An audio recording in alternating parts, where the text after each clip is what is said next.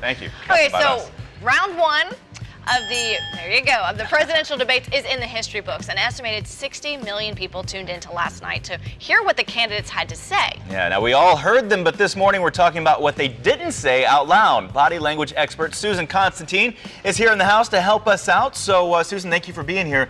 Let's get started. Let's see what when they both walked on stage. Take a look.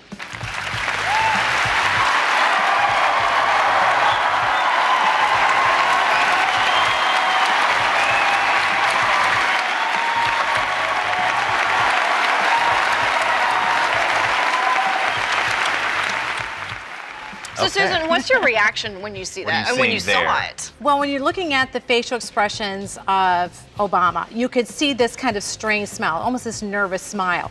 Then they start patting each other's backs, or patting each other's arms like that. I mean, that's kind of like the guys kind of do that. Right. But here's the thing. We see Mitt Romney kind of pulling away before Obama does, because it says, if you look at the very end, watch, he starts to pull away.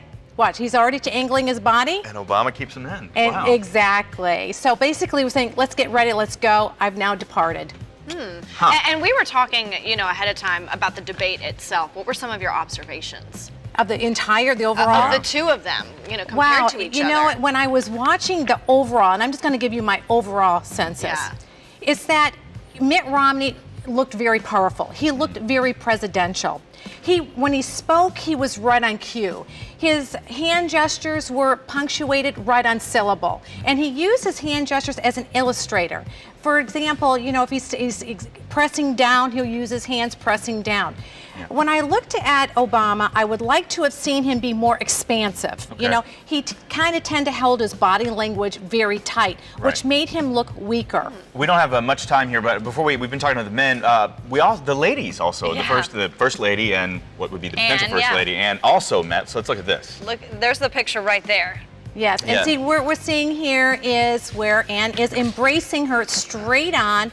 Her arm is up over her shoulder, and when you hug someone and you care about them, you're going to do this. And we're looking at Michelle, and she's already turning her body language away. Her body language is angled, and when you see their body language angled like that, that's telling you where they want to exit. Okay, so then once things got started, Mitt congratulated the Obamas on their 20th anniversary. Let's take a look. And congratulations to you, Mr. President, on your anniversary. I'm sure this was the most romantic place you could imagine, here with me. So congratulations. Okay, Susan, so what are you reading about? Okay, when I'm seeing this, he's using his head, Mitt Romney's kind of bobbing it, so he seems a bit contrived here, okay? He's trying to be as sincere as he can, but I'm not quite feeling that. So here's the thing, when you're feeling sincerity, it will move the viewers to feel the same emotion. And if I didn't feel that, I saw that it was being very cordial, he was being very respectful, but I didn't feel that it was truly and emotionally felt. It was just about a lot of empty words. Right. Yeah. Well, there's a lot of that in politics. I could pick her brain forever. I know. Thank you so much for being here. You're welcome. Okay, so Rihanna and Chris Brown disappear in a nightclub bathroom for 20 minutes. Not the start of a bad joke. It actually happened. But does that mean they were getting down and dirty? We're discussing. Like to read that body language. DBZ returns, right? I know.